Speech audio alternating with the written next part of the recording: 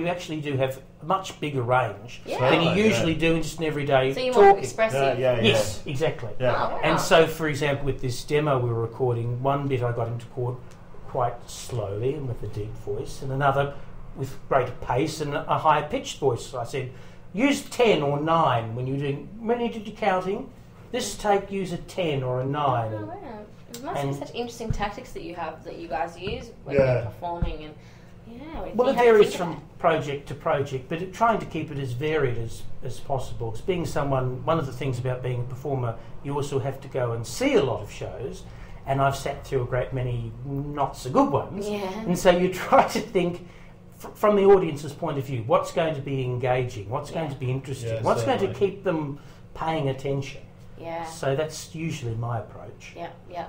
Well, how do you go about setting out to write something? Because I know with me, I hate, like, if I know I'm going to do something, I procrastinate, and then you finally get to sit down and you start writing it, it flows or whatever. So do you have any tactics that you use, or do you find it hard to I do a fair bit of the procrastinating as well. Yeah, you've got to get that done. Yes, I think we all have that in common. But for me, it's usually a response to something that's happened. I mean, for example, having done all those one-act play festivals and been adjudicated, I thought there's a play in this, and so I ended up writing a play about one-act play festivals called Putting Back the Fest.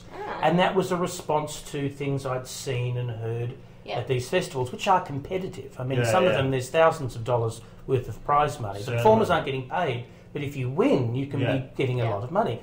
And a lot of the performers would say, well, I'm not here for the awards. I'm here because I love theatre and I want to support my fellow performers. And you'd find that for the weekend, almost every session the audience would be empty.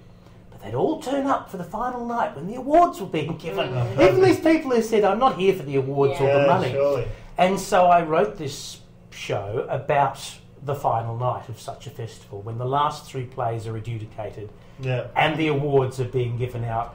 And the way it's worked out, it usually gets presented at festivals on the final night before the real adjudicator gets up to do exactly the same thing, which is sometimes difficult for people to keep a straight face, because it's fairly accurate in terms of what goes on. Yeah. So yes, that's Putting Back the Fest. That was also done for the comedy festival and gets done around the traps. And cool. Yeah, nice. So do you find that you need creative inspiration? You can't just sit at home and come up with something. You'll need to get out there, and that's how you get creative inspiration. Like any creative person would be able to ask that question too. But yes. Usually it's a response to something that's happened. I find it more difficult. Occasionally people will Google comedy and various other words and find me, and I do get sometimes headhunted to write projects. And if it's not something I've originated or have a passion for, not only is there procrastination, which there can be, it can be very difficult to get into it because you just don't get no real genuine creativity flowing through and it's hard to fake that. So so I do prefer working on projects that I've either originated or have a passion for. Good. Well, you came here today using a Melway map. I did, yes. I did indeed. And so I'd like to hear what you think about technology, and like, why do you embrace that, or do you have an opinion about that, or why is it that you don't use an iPhone? I haven't found the need for an iPhone. If I really need, I have an internet connection. I check my emails, every day. The Melways map, I hasten to add, I don't carry the whole thing with me. I have several Melways maps. So you'll rip the page out. Well, I have one that's falling apart, you see, which is convenient, so I just have that page. And so I was walking down today from the train station. I wanted to find exactly where you were, and I had that one page in front of me. So the train, did you? Yes, I did. Did you get off at Hawkesburn? No, I got off at Toorak. Is that the best spot? I thought that was the best spot. I think Hawkesburn's a little bit closer. I don't know. It's only a 10-minute walk, so... Yeah, well, that's definitely right then. Right, but thank you for the suggestion. Maybe I'll go back via Hawkesburn. I actually don't know the answer to that, but anyway, we can probably iPhone it. You probably could. You could if you had one. I find with technology, as long as it's well, it depends what your goals are, really, doesn't it? I mean, for example, when I started recording voiceovers, home studios were pretty rare. Yeah, sure. Now, if you're a voice actor in Melbourne, it's assumed you're going to have recording facilities. Yeah. So that sort of technology I'm certainly embracing, yes. Yeah. But if it's something I don't find a need for, I don't feel the need to go along with it just because everybody else is. Definitely. If it's going to serve what I'm doing, then by all means, but otherwise, no. Yeah, that's interesting. Oh, yeah, cool. That's good. Do you have anything upcoming that you want to share with the listeners, that you can, you want to promote or anything like that? Do you do anything? Have you got anything that you'd like people to see? Or? Well, if they want to do a web search for my name and voice, and my Voice 123 profile, which is, again, using technology, a lot of voice actors have a profile on that, and I do. And apart from various voiceover projects on that, I have a song for a review I'm writing at the moment called 101 Musicals That Never Were. And there's a song called Thank You, which is on that listing, which is all about, when you go to see a show and you know someone in the show and you haven't liked the show and you haven't liked them in the show. And you have to go and talk to them afterwards. Yeah. Oh, we don't really see shows much, but I think I sailed to it once before with my sister. Yeah. Well, this song is all about what you say when you go backstage, and it's part of a review I'm writing called 101 Musicals That Never Were. I'm going to cheat the 101. There won't be 101. But, we'll get around that somehow. So I'm working on that. I'm also working on a one-man show called this is going back to the comedy festival. They always said at a workshop, put your name in the title, because if you're known, your name might sell tickets. And if you're not known, having your name in the title will get you better known. So the other show's called Michael Jeffery, the very worst shows I've ever had the displeasure of sitting through, some of which I left at interval. Really? Which is all about shows I've seen. You've written a play about the shows you don't like. Well, it's more of a cabaret. There are songs and there's patter, and the piano player will do a solo, and so so it's sort of war stories of all these hideous shows I've had to sit through, and ones I've been in, and some that I've helped create that just didn't work. I mean, outside of the producers, I don't think anyone sets out to write a show that fails. But we all do it from time to time. Did that show fail? Well, the show within the show, no, it didn't, of course, itself, unfortunately. No. Well, the Springtime for Hitler didn't. They wanted it to fail, didn't they? And it didn't. And that's Springtime for Hitler? Which was the show within the show in Mel Brooks, the producers. Okay. But as you say, the show itself, the producers, about the show within the show worked. Which of course they would have wanted. I'm getting confused. Oh, well, you can rewind this section when you listen to it back. But anyway, as I say, usually...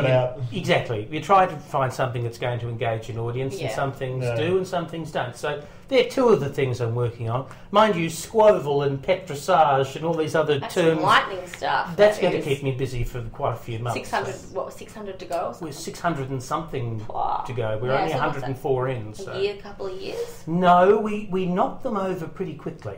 I have very good... Artist 4 is very efficient. She goes through these scripts very quickly, and we're able to... The time-consuming element is the editing. Because everyone makes mistakes. For example... You can just cut and paste it, can't you? You do, but it's time-consuming. Certainly. So, and then, of course, it has to be married with the vision. And I heard this week from the client that they're reshooting some of the vision, which means scripts will be rewritten.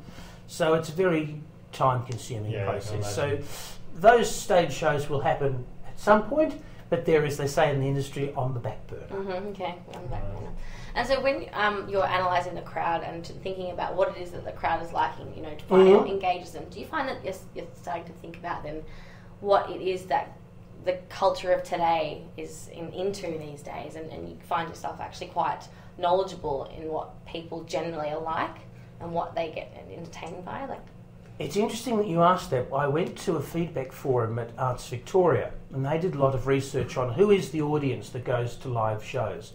Primarily it's female, and primarily it's older female. Now that's not all shows, but that's the majority of people who go to a live show. Now some of these, of course, are like multi-million-dollar shows, and the tickets are $120 each, and that's the demographic who can afford to go. That's right. Comedy Festival, of course, tends to skew younger.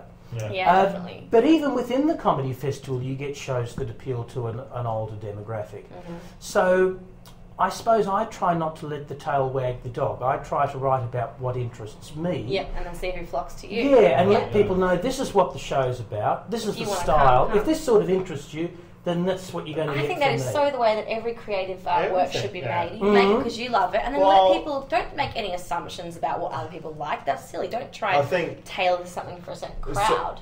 Essentially, people start off with sort of pure intentions in that form, and that's where you get with artists. Hopefully, music or whatever. A lot of their best work, sometimes you find, is initially the start of their career. When they just make when eventually it might turn more money based, and they're just trying to follow the crowd and just trying to get out what makes money, and then it sort of turns a bit artificial. Wasn't it Jules Stein who said you get noticed and win awards early on in your career for your best work, and then you make money on what comes later? Yeah, that's right. Yeah. So, I think that's what it works. Yeah. All right. Yeah. Well. Thanks, I think we'll wrap it up, yeah? Yeah, I think, I'm definitely. Yeah. We've covered a lot, haven't we? We have. Thank you very much for coming. I had no idea I had such a diverse career. Exactly. How do you feel about yourself now? Yeah. It's like, this is your life. I'm doing okay. Yeah, you're doing right. Down to the dumps before you came here, and there you Giving me a lift, yes. That's awesome. No, it's good. Like, that's what we're trying to do here at the Connect. We like to hear about, specifically about the industry people are in, but also about, what they've done, where they've come, because you get lost in this modern day. Like, there's a lot of people have extremely interesting stories and interesting paths and things they're going to do in the future. And it's our duty to go and seek out those paths and share them and learn about them, because you are me, I'm you. We're just walking different paths. Exactly. Certainly. Very and well now, hopefully, whoever listens, they know a bit about the performing arts, the comedy scene, and a bit about even people who do voiceovers, because when you hear a commercial or that, so you don't think of that sort of thing. Yeah. You don't think there's actually someone there, doing that as a job. And when you go and learn something at uni with open education, someone has to go and record all that. Yes, exactly. It's like how we're doing this podcast at the moment. Exactly. Yeah. Well, I often think, for example, if someone who's sitting an exam, they probably didn't give a second thought to the person who says, this exam will conclude in 10 minutes. But that's a job for someone like me. Yes, that's right. Yeah. Actually, maybe you can shed some light. Who does, when you call the time man and he goes out in the third stroke with the time who does that? Oh, there's a number of those are Sydney people. Australians, because they sound British. They're posh Australians. Yes, well-spoken Australian, educated Australians. Of an older demographic, male older. There's someone that actually sits on says it. Have you never called that number? Never. I think it's a woman, isn't it now? Number. Or is it I think a it's a man still. We have to call it sometimes for work to turn off the phones at that time and lock the doors. Shit. But I used to be fascinated weirdly with that number when I was younger. I don't know why. I just used to love knowing what time it was. Exactly. But it's a job. Is that weird? We all have our little things. I bet that includes a buyout. A lot of times with voice jobs, you get paid up front and there aren't any loadings or royalties. They wouldn't be able to have royalties with that. You'd just probably be raking it in. Be a good gig to get. Every 15 seconds, bang. In the back pocket. Maybe I could see if I can do that. Maybe that's my calling. That's your calling. That should be what I Something to pursue, I think. Yeah. You know what? Now that I know you, right. Yeah, we can make connections.